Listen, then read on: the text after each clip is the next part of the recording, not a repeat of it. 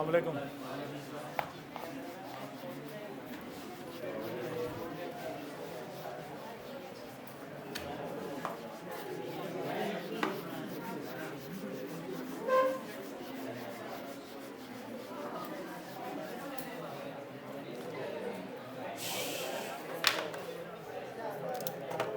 अस्सलामुअलैकुम जी।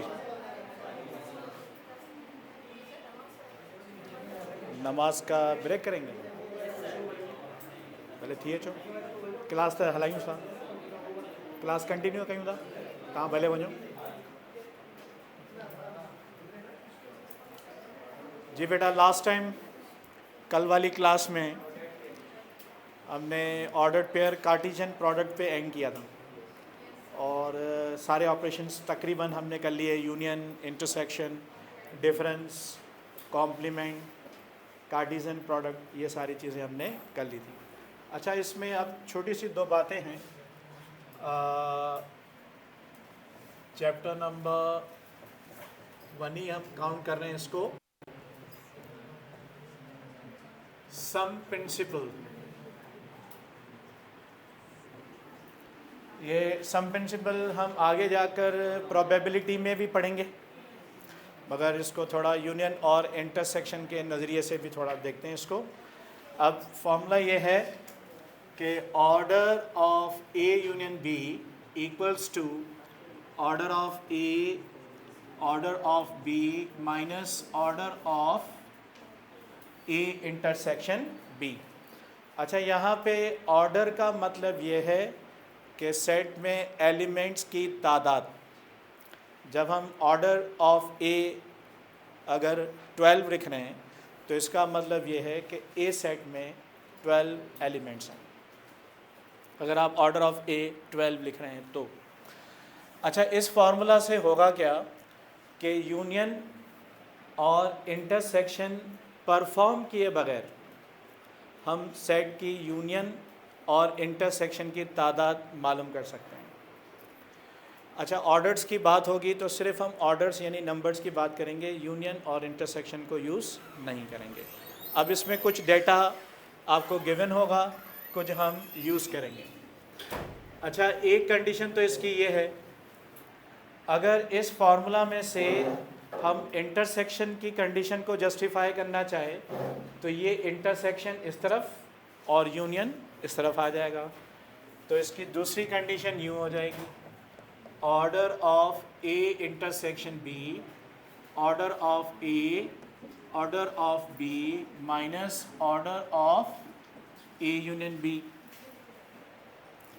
इसमें third condition यूँ भी हो सकती है कि if A and B are two disjoint sets, then A intersection B is null set, or order of A intersection B is 0।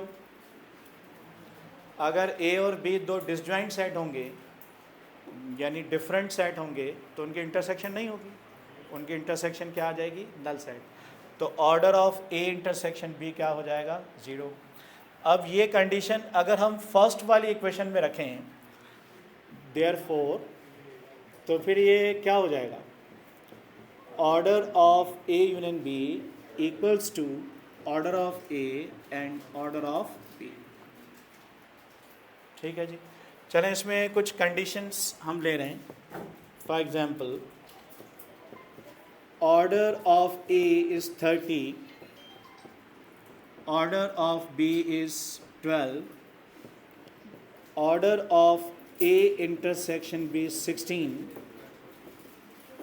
Then what is of order A union B. Order तादाद, अब देखें, order of ए 30 है, इसका मतलब set ए में 30 elements हैं। Order of B 12 है, इसका मतलब सेट बी में 12 एलिमेंट्स हैं। Order of A intersection B 16 है, इसका मतलब ए और बी के इंटरसेक्शन वाले सेट में 16 एलिमेंट्स हैं। अब सवाल ये है कि order of A union B क्या होगा, यानी जब हम ए और बी की यूनियन करेंगे तो उसके सेट में कितने एलिमेंट्स होंगे, ये सवाल है। अब देखें ये डेटा गिवन है और ये हम फर्स्ट वाली इक्वेशन यूज़ करेंगे, तो क्या होगा, from 1 order of A union B मालूम करना है।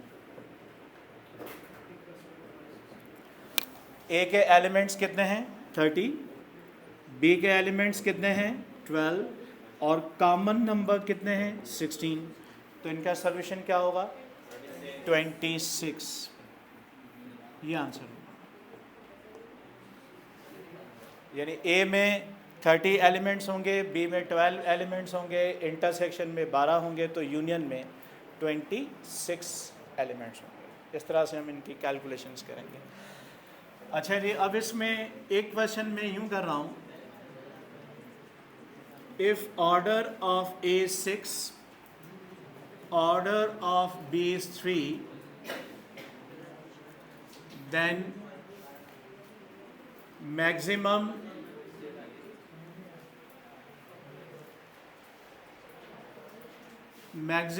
number in order of A union B are। अब ये कह रहा है कि A में 6 एलिमेंट्स हैं, B में 3 एलिमेंट्स हैं, तो इसकी यूनियन में मैक्सिमम कितने एलिमेंट्स होंगे। मैक्सिमम की बात कर रहा है, थोड़ा लफ्ज़ पे फोकस कीजिएगा। 9 होंगे। कैसे पता चला, दोनों को प्लस किया आपने, इसका मतलब यह है कि दोनों सेट में कोई भी एलिमेंट कॉमन नहीं है।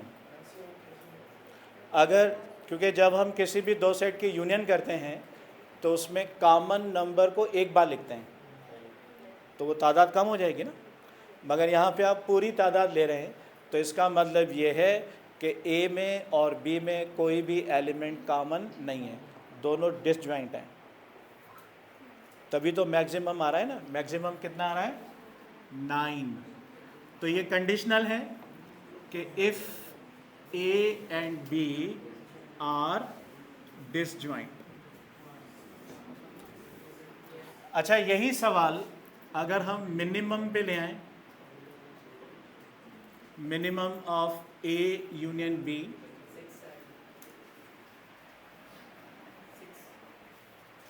भाई मैक्सिमम में तो आपने ये कहा कि दोनों डिसजॉइंट होंगे, तो 6 उसके 3 उसके, मैक्सिमम 9 ही आ सकते हैं, इसके अलावा नहीं आ सकते। अब हम मिनिमम की बात कर रहे हैं, तो मिनिमम बड़ा नंबर कौन सा है 6, तो बाकी 3 कहाँ गए।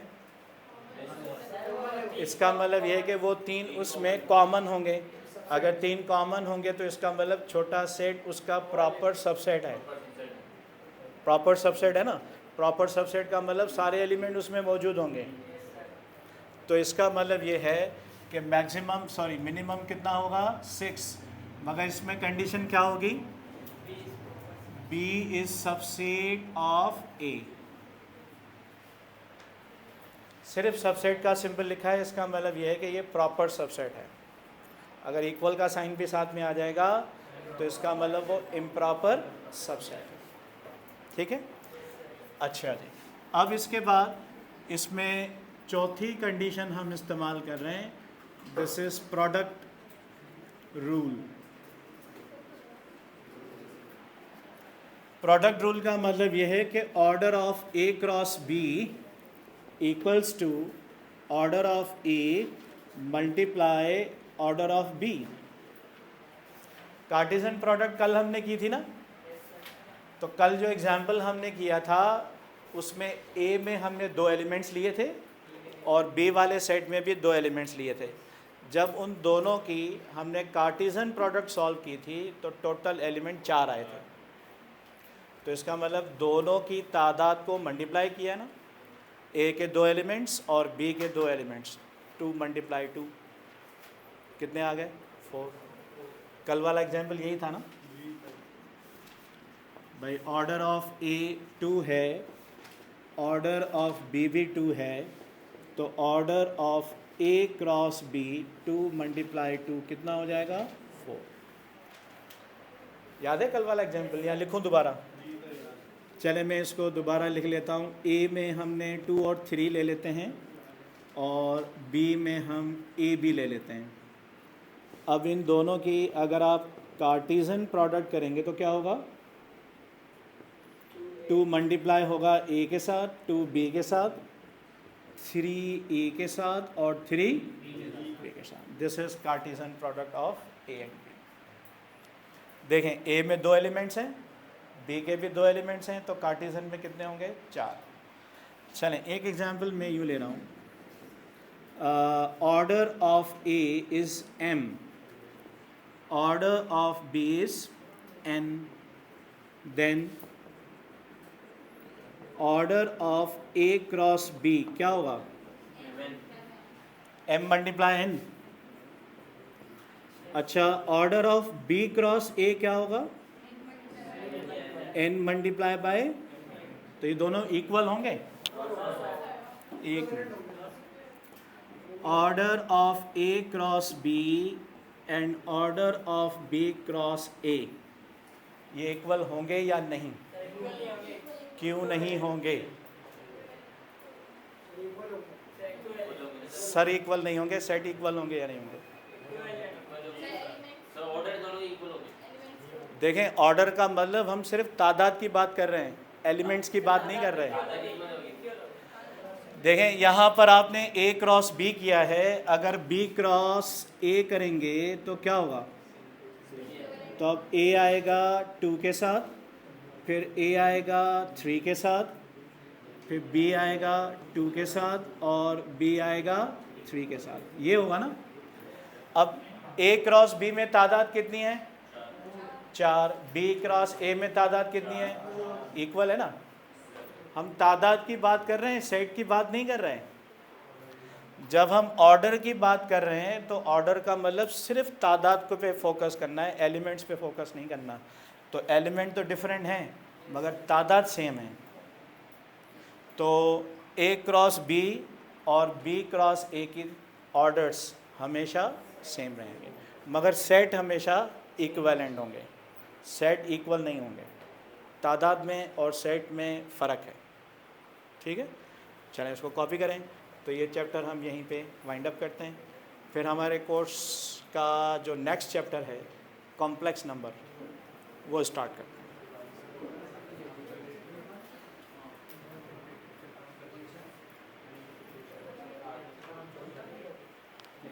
ये चैप्टर 1 इख्तिताम पजीर हुआ। यही सुनना चाह रहे हैं।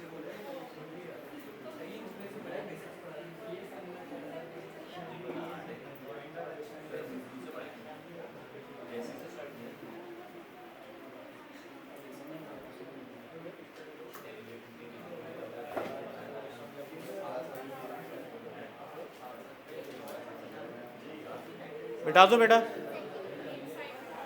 एक साइड।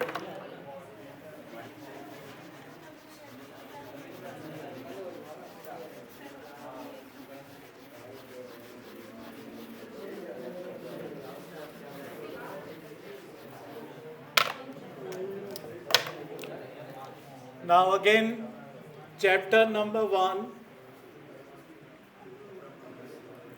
complex number। अब ये नई किताब का पहला चैप्टर यही है हमारी फर्स्ट ईयर में। अच्छा, अब कॉम्प्लेक्स नंबर स्टार्ट करने से पहले कुछ बेसिक चीज़ें एक बार फिर हम कर लेते हैं। कल हमने ऑर्डर्ड पेयर को डिस्कस किया था। ऑर्डर्ड पेयर में ये पढ़ा था कि ऑर्डर में 2 चीज़ें ब्रैकेट में गिवन हो, स्मॉल ब्रैकेट में, तो उसे हम ऑर्डर्ड पेयर कहते हैं। और पेयर के अंदर जो 2 चीज़ें हैं वो बहुत सारी चीज़ों के लिए रिप्रेजेंट किया जाता है। तो फ़िलहाल हम ये बात करते हैं कि भाई ये जो ऑर्डर्ड पेयर इस चैप्टर में हम यूज़ करेंगे वो एज अ ज्योमेट्रिकल सिग्निफिकेंस करेंगे, यानी ग्राफ में 2 डायमेंशनल प्लेन में, एक्स एक्सिस और वाई एक्सिस के प्लेन में कोई भी पॉइंट हमें रिप्रेजेंट करना होगा तो हम ऑर्डर्ड पेयर को इस्तेमाल करेंगे। सही है। चलें अब बात करते हैं कि ये ऑर्डर्ड पेयर्स आपस में ऐड किस तरह से होते हैं, सब्ट्रैक्ट किस तरह से होते हैं, मल्टीप्लाई किस तरह से होते हैं और डिवाइड किस तरह से होते हैं। तो एडिशन, सब्ट्रैक्शन, मल्टीप्लिकेशन और डिवीजन ऑर्डर्ड पेयर्स की करते हैं। फॉर एग्जांपल हम एडिशन से स्टार्ट करते हैं। ऑर्डर्ड पेयर ए बी और ऑर्डर्ड पेयर सी डी, इनको हम ऐड करना चाह रहे हैं। तो सिंपल सा रूल है कि फर्स्ट ऐड होगा फर्स्ट के साथ, सेकंड ऐड होगा सेकंड के साथ, यानी ए ऐड हो जाएगा सी के साथ और बी ऐड हो जाएगा डी के साथ। या आप यूँ कहें कि x की टर्म्स x में ऐड हो जाएंगी, y की टर्म्स y में ऐड हो जाएंगी। सिंपल सा रूल है। तो ये a प्लस सी और ये b प्लस डी होगा। फॉर एग्जाम्पल ऑर्डर्ड पेयर 2 3 में 7 और 11 हम ऐड करेंगे तो 2 प्लस 7 9 होगा और 3 प्लस 11 14 होगा। सिंपल। -3 4 में ऐड कर लें -7 और -12, तो -3 एंड -7 -10 एंड -8, ठीक है। -3 -1 -5 -11 -8 एंड -12, इस तरह से एडिशन हो जाएगा। अब आते हैं सब्ट्रैक्शन की तरफ। Ordered pair a b minus ordered pair c d, same rule है। सेम रूल मतलब first minus first, second minus second, या x minus x, y minus y. तो a minus c and b minus d होगा। For example 6 3 minus 7 and 18, 6 minus 7 minus 1, 3 minus 18 minus 15, यही होगा। -3 -8 -11 and 6, -3 and -11 -14, -8 -6 again -14। अच्छा, -17 -18 -2 -3, -17 + 2 होगा, -17 + 2, this is -15, -18 + 3 -15, minus minus plus हो जाएगा। तो इस तरह से हम ऑर्डर्ड पेयर को ऐड और सब्ट्रैक्ट करेंगे। ये सेकंड साइड मिटा दूँ।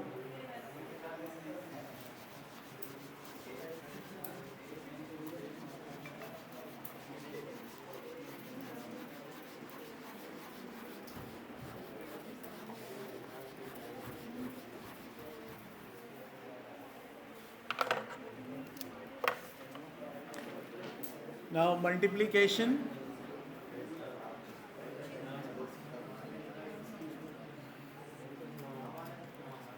ordered pair AB multiply ordered pair CD। अच्छा, अब इनकी मल्टीप्लिकेशन का रूल थोड़ा डिफरेंट है। पहले हम A को मल्टीप्लाई करेंगे C के साथ, यानी फर्स्ट मल्टीप्लाई फर्स्ट, तो क्या होगा AC, फिर माइनस आएगा, माइनस फॉर्मूले में है।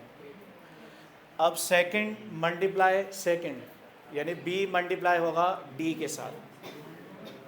ये हो गया ऑर्डर्ड पेयर का एक हिस्सा।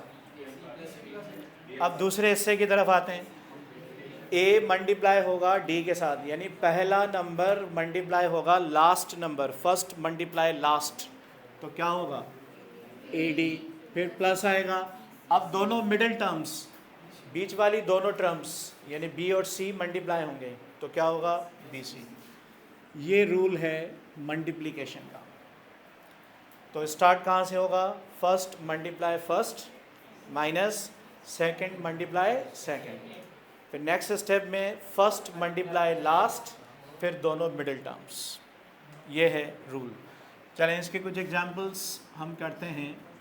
6, 7 मल्टीप्लाई -1 एंड 3। तो 6 मल्टीप्लाई होगा -1 से, तो माइनस का 6 आएगा, फिर माइनस आएगा फॉर्मूले वाला। अब 7 मल्टीप्लाई होगा 3 से, 7 3 ज़ा 21, कॉमा।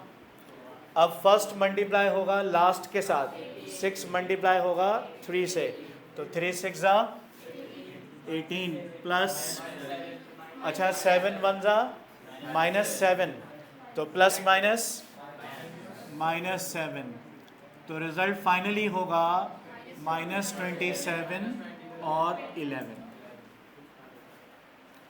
इस तरह से मल्टीप्लिकेशन होगी। -1 -3 -2 -5।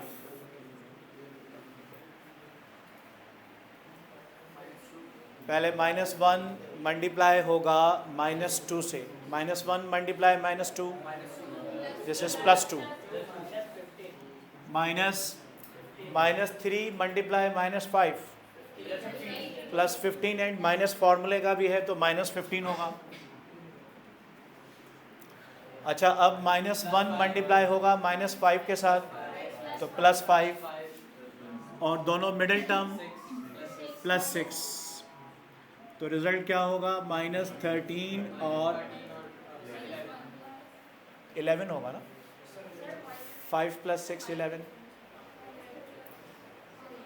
सही है। आलोके माइनस, चलें 1/3 -2/5 मल्टीप्लाई 10। अब ये फ्रैक्शन तो जान ले लेता है खामा खामे, है ना।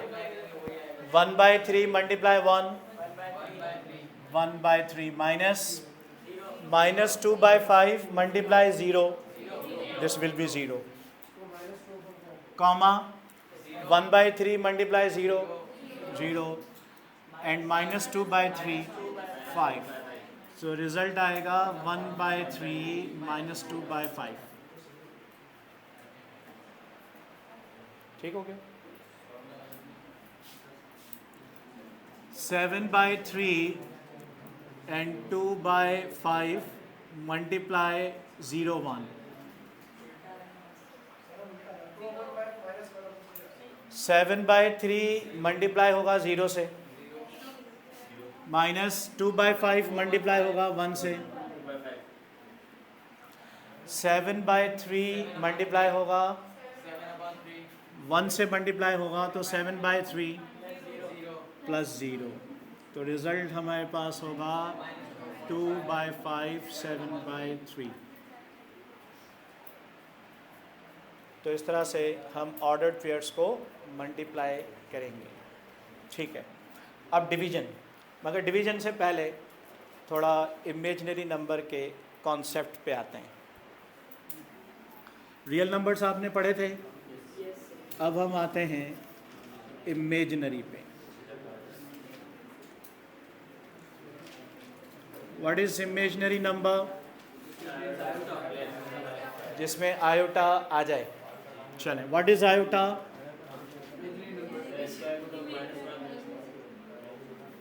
देखें, मैथमेटिक्स में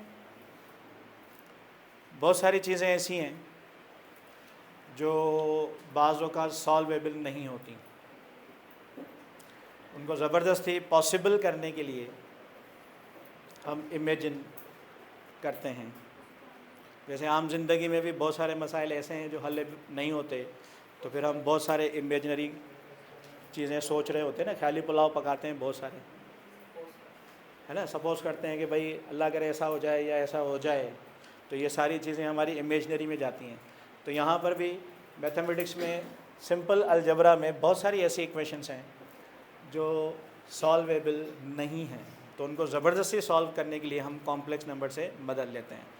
आगे जाके मैथमेटिक्स की फील्ड में जो कॉम्प्लेक्स नंबर आप पढ़ेंगे उसका क्राइटेरिया बहुत बड़ा, ये एक पूरा सब्जेक्ट है कॉम्प्लेक्स का।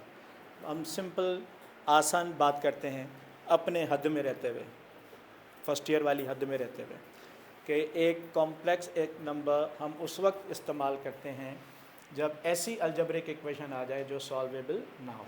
For example x² + 1 = 0। इस इक्वेशन में से हम x की वैल्यू मालूम करना चाह रहे हैं। Is it possible? क्यों? पहले तो हम +1 को शिफ्ट करें। ठीक है, आप सही कह रहे हैं, ये -1 होगा। अगर -1 का हम स्क्वायर रूट निकालें तो actually this is not possible. किसी भी नेगेटिव रियल नंबर का स्क्वायर रूट पॉसिबल नहीं है, तो उसको ज़बरदस्ती पॉसिबल करने के लिए हम इमेजिनरी नंबर पे आते हैं। अब बात करते हैं कि भाई ये आयोटा एक्चुअली ज्योमेट्रिकली इसकी सिग्निफिकेंस भी पढ़ते हैं कि ये ज्योमेट्रिकली कहाँ होता है, किस तरह से होता है, और इसकी वैल्यू एक्चुअली क्या है। इसकी वैल्यू क्या है? इसके ऑर्डर्ड पेयर की फॉर्म में वैल्यू है ऑर्डर्ड पेयर 0 1। ऑर्डर्ड पेयर, इसकी ज्योमेट्रिकल सिग्निफिकेंस अलग है, वो थोड़ी देर के बाद में इसको डिस्क्राइब करते हैं। पहले इसकी वैल्यूज़ की बात करते हैं। अगर हम आयोटा को आयोटा से ही मल्टीप्लाई कर दें, यानी ऑर्डर्ड पेयर 0 1 को 0 1 से ही मल्टीप्लाई करें तो क्या होगा? ये आयोटा स्क्वायर होगा। अब इन दोनों को मल्टीप्लाई करने के लिए रूल हम यही इस्तेमाल करेंगे जो भी पढ़ा था। इसको मल्टीप्लाई करें तो 0 0 से मल्टीप्लाई होगा 0 होगा, माइनस का साइन, 1 1 से मल्टीप्लाई होगा -1 आएगा। उसके बाद ये 0 1 से मल्टीप्लाई होगा 0, 1 0 से मल्टीप्लाई होगा 0, तो आयोटा स्क्वायर -1 0 होगा। अब ये -1 0 ये एक्चुअली रियल नंबर है। कैसे रियल नंबर है वो अभी ज्योमेट्रिकल सिग्निफिकेंस में बता रहा हूँ। दिस इज़ रियल, तो इसका मतलब आयोटा स्क्वायर रियल नंबर है।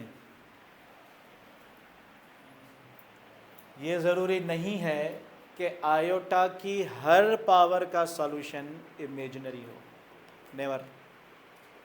ये ज़रूरी नहीं है, हो भी सकता है, नहीं भी हो सकता है। कुछ पावर्स का सॉल्यूशन रियल नंबर आएगा, कुछ पावर्स का सॉल्यूशन इमेजिनरी आएगा। इस वक्त जो हमारे पास आयोटा स्क्वायर है वो क्या है? रियल नंबर है। -1 इज़ रियल नंबर, -1 इंटीजर है ना, दिस इज रियल नंबर।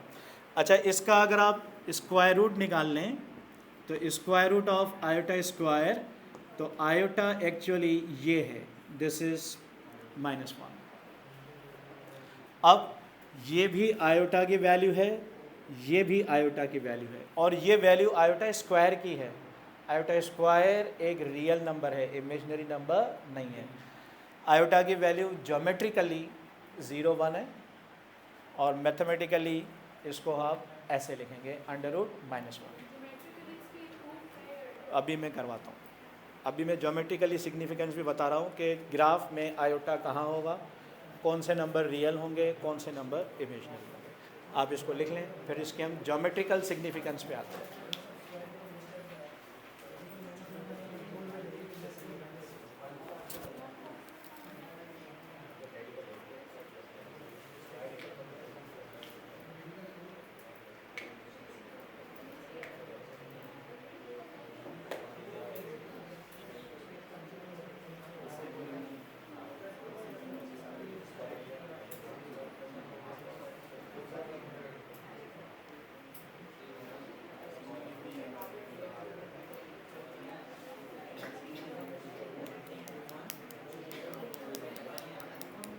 पहला ऐसा मिटा दूं,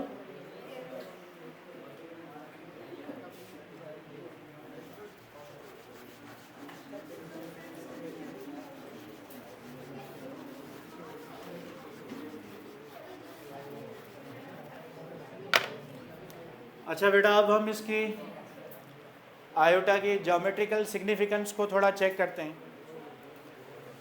आयोटा का ऑर्डर्ड पेयर 0 1 है। हमने कल डिस्कस किया था कि ऑर्डर्ड पेयर में पहला नंबर एक्स एक्सिस को रिप्रेजेंट करता है और दूसरा नंबर वाई एक्सिस को रिप्रेजेंट। इसका अगर हम ग्राफ बनाएं, ये x axis Y axis 0 1 2 3 -1 -2 -3 1 2 and 3 -1 -2 and -3। x की वैल्यू 0 और y की वैल्यू 1। ये जगह है ऑर्डर्ड पेयर 0 1 यानी आयोटा की। इसका मतलब ये है कि ये नंबर y एक्सिस पे रिप्रेजेंट कर रहा है। ये y एक्सिस पर है ना। तो जब हम 2 डायमेंशनल प्लेन की बात करते हैं तो y एक्सिस पे हमेशा इमेजिनरी नंबर होगा। तो इसका मतलब y एक्सिस क्या है? This is imaginary. और x एक्सिस पे क्या होगा? रियल नंबर होगा। जो भी नंबर x एक्सिस पे होगा वो रियल होगा, जो नंबर y एक्सिस पे होगा वो इमेजिनरी होगा। ये कॉम्प्लेक्स नंबर की सिंपल सी डिस्क्रिप्शन है। ठीक है। अच्छा, अब बात करते हैं। आपने ये कहा था कि ये आयोटा स्क्वायर, इसका ऑर्डर्ड पेयर है -1 0। इसका ग्राफ बनाएं तो इसमें x की वैल्यू -1 है ना। इसमें x की वैल्यू -1 है और y की वैल्यू 0 है। x की वैल्यू -1, ये है ना x, ये है -1। तो ये वाली जगह क्या है? -1 0। This is iota square. और ये कहाँ पर है? x एक्सिस पर है। और x एक्सिस पर क्या होता है? रियल नंबर होता है। तो आयोटा स्क्वायर इज रियल। दोनों पे आएगा तो एक प्लेन में हो जाएगा, और जो चीज़ प्लेन में आएगी वो कॉम्प्लेक्स नंबर होगी। Now what is x y plane? जब हम एक्स वाई प्लेन की बात करते हैं तो किस जगह की बात कर रहे हैं? देखें, ये लाइन एक्स एक्सिस है, ये लाइन वाई एक्सिस है। ये एक्स वाई प्लेन नहीं है। X y plane is the space between x axis and y axis. X axis और वाई एक्सिस के दरमियान ये जो स्पेस है, ये वाला स्पेस, ये वाला स्पेस, ये वाला स्पेस, ये स्पेस एक्स वाई प्लेन है। और जो कॉम्प्लेक्स नंबर की हम बात करते हैं वो इस प्लेन में आएगा। सिर्फ एक्स एक्सिस पे होगा तो वो रियल होगा, सिर्फ वाई एक्सिस पे होगा तो वो इमेजिनरी होगा, और जो प्लेन में होगा, हवाई जहाज़ पे चढ़ जाएगा, वो कॉम्प्लेक्स हो जाएगा। अब कॉम्प्लेक्स किस तरह से बनेगा देखें, उस पर भी हम बात करते हैं। नाउ कॉम्प्लेक्स नंबर में हमने ये कहा था कि कॉम्प्लेक्स क्या होता है? This is combination of real and imaginary.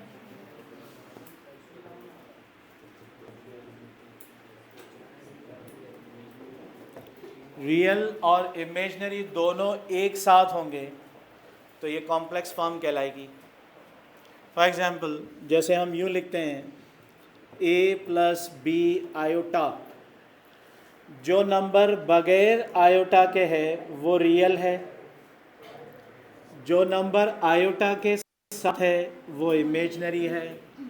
दोनों एक साथ आएंगे तो ये कॉम्प्लेक्स है। For example 3 + 2 iota.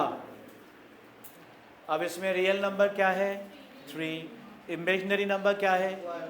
नहीं, सिर्फ 2। आयोटा नहीं कहेंगे। जब आप इमेजिनरी नंबर कह रहे हैं तो यहाँ पे आयोटा का काम सिर्फ इमेजिनरी नंबर को रिप्रेजेंट करना है। आयोटा खुद इमेजिनरी नहीं है, ये जिसके साथ अटैच हो जाएगा वो नंबर इमेजिनरी होगा। तो 2 इमेजिनरी है और 3 रियल है। तो जिस नंबर के साथ आयोटा होगा वो इमेजनरी, जिसके साथ नहीं होगा वो रियल हो जाएगा, और दोनों एक साथ आएंगे तो ये क्या हो जाएगा, कॉम्प्लेक्स नंबर। अच्छा, अभी आपने ये कहा था कि जो रियल नंबर है वो x पे होता है और जो इमेजनरी नंबर है वो y पे होता है। ये दोनों एक साथ हो जाएं तो फिर ये कॉम्प्लेक्स प्लेन होता है। सही है ना? देखें, अगर हम इसको ऑर्डर्ड पेयर की सूरत में लिखें तो ऑर्डर्ड पेयर में हम एक्स वाई लिखते हैं ना, तो x की वैल्यू 3 है और y की वैल्यू 2 है, ऐसा ही है ना? तो जब कॉम्प्लेक्स नंबर को आप ऑर्डर्ड पेयर की फॉर्म में लिखेंगे तो आयोटा नहीं लिखेंगे। उसकी वजह यह है कि ये अंडरस्टूड होता है कि सेकंड नंबर y पर होता है, और सेकंड नंबर y पे होता है तो y क्या होता है, इमेजनरी होता है, तो उसको आयोटा लिखने की ज़रूरत नहीं है।